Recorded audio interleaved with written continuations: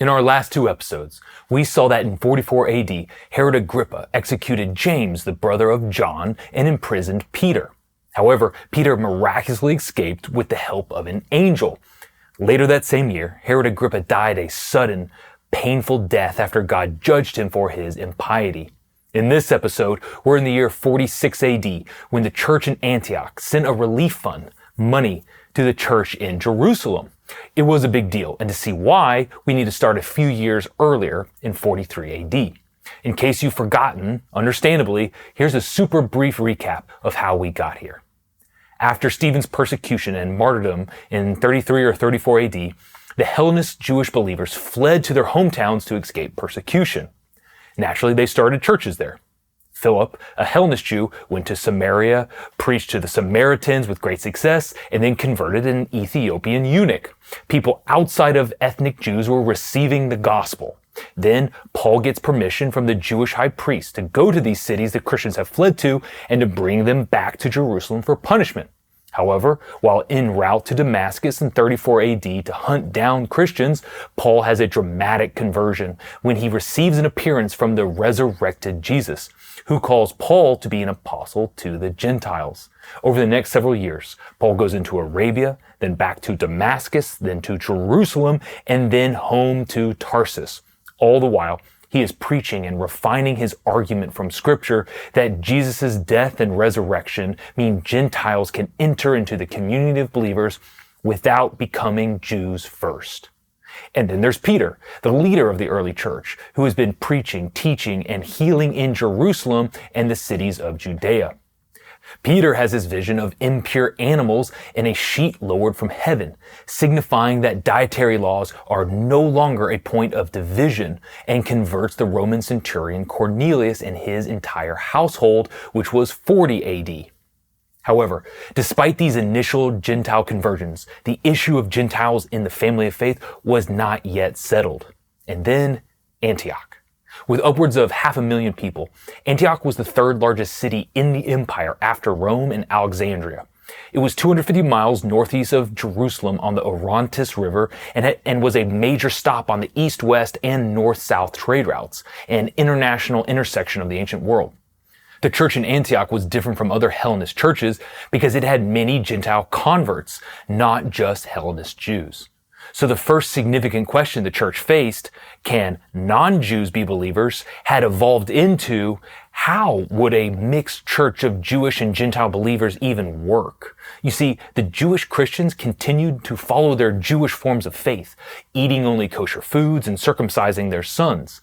The Gentile converts did not think these ritual aspects of Judaic law were still required of believers. Those laws had been pointing to Jesus, who had fulfilled the law perfectly. Followers of Jesus were no longer beholden to those laws because Jesus brings us near to the Father, not following ritual laws.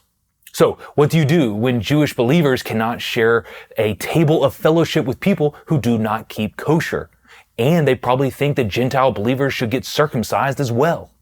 So, around 43 AD, the apostles in Jerusalem heard about Jewish and Gentile believers together in Antioch, and they sent a trusted believer to assess the situation, Barnabas. You might recall that Barnabas is who the apostles trusted to vouch for Paul in Jerusalem after Paul's conversion. Well, Barnabas goes to Antioch, sees the grace of God moving through the city, and begins ministering there. Side note, Barnabas is an undersung guy in the early church. Barnabas is actually his nickname, which means son of encouragement. His given name was Joseph. Barnabas was one of the believers who sold his land shortly after Pentecost and used the funds to support the church in Jerusalem in those early days. Here's what the text says about his time in Antioch. He was a good man, full of the Holy Spirit and faith, and a great number of people believed and turned to the Lord. We should all pray that the same could be said about us. In Antioch, Barnabas concluded that Jesus' resurrection meant that even Gentiles should be part of the family of believers. He also realized he needed help thinking through all this, so he turned to the one person he knew was best suited to the task, Paul of Tarsus. As we mentioned, Paul has been preaching around Tarsus in the area called Cilicia, or the southeastern coast of modern Turkey for the last 7 to 8 years, starting around 36 AD. Barnabas goes to Tarsus and brings Paul to Antioch, where Paul spends about a year preaching and becomes a leader in the church there. Antioch was the laboratory where the first experiments in a unified Jewish and Gentile church was played out. Another side note, Antioch was where the term Christian was invented. It simply means Christ followers, but it could have been an insult and carried the meaning of something like Messiah freaks. However, Christians obviously took the nickname and ran with it. Most importantly, it shows that people in Antioch saw the Christians as a group distinct from the Jews in the city. It was in a Hellenistic context that the separation between Christians and Jews became apparent. Final side note. Christ comes from the Greek Christos, which is the Greek word the New Testament uses to translate the Hebrew Mashiach, which means Messiah. So Christ and Messiah are the same word, one in Greek, one in Hebrew. Jesus Christ and Jesus Messiah are equivalent titles. Back to the story. While Paul is preaching in Antioch with Barnabas, a group of believers comes to the city from Jerusalem. One of them, a prophet named Agabus, had a prophetic word that a famine would spread across the Roman Empire. Sure enough, this did happen during the reign of Emperor Claudius.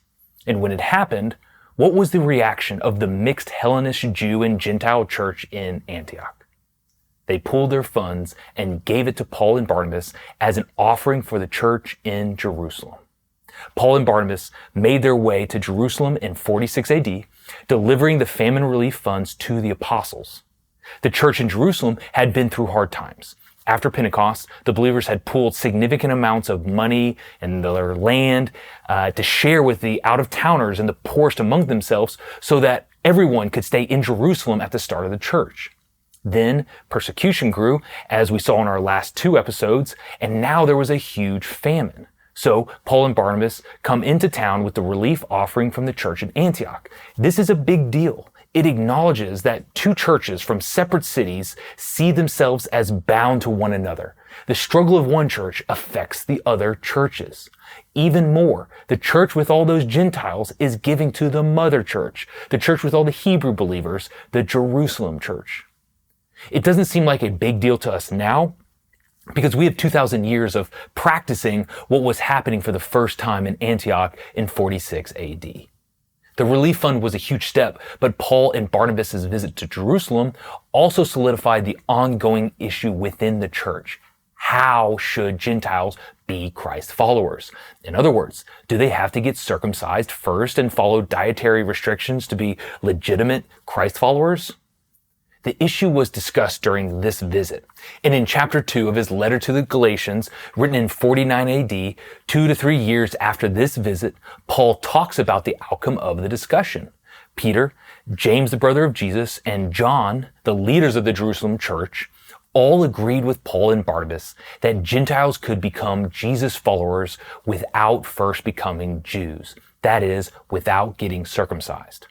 But not everyone agreed. A certain segment of Jewish Christians, whom Paul called Judaizers, believed Gentiles had to first be circumcised and follow dietary restrictions. These Judaizers would follow Paul throughout his evangelism missions, telling the people Paul has converted that Paul is wrong and they need to first become Jews to become true Christ followers. So, coming out of the Jerusalem meeting in 46 AD, Peter, James, and John would evangelize the Jewish world, while Paul and Barnabas would evangelize the Gentile world. However, this temporary arrangement did not hold very long, as Paul and Peter wound up preaching to both Jews and Gentiles.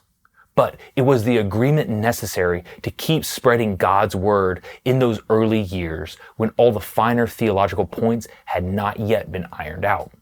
With the funds delivered and now in possession of the blessing of the Jerusalem church to convert Gentiles without circumcision, Paul now sets off on the first of his 3 missionary journeys.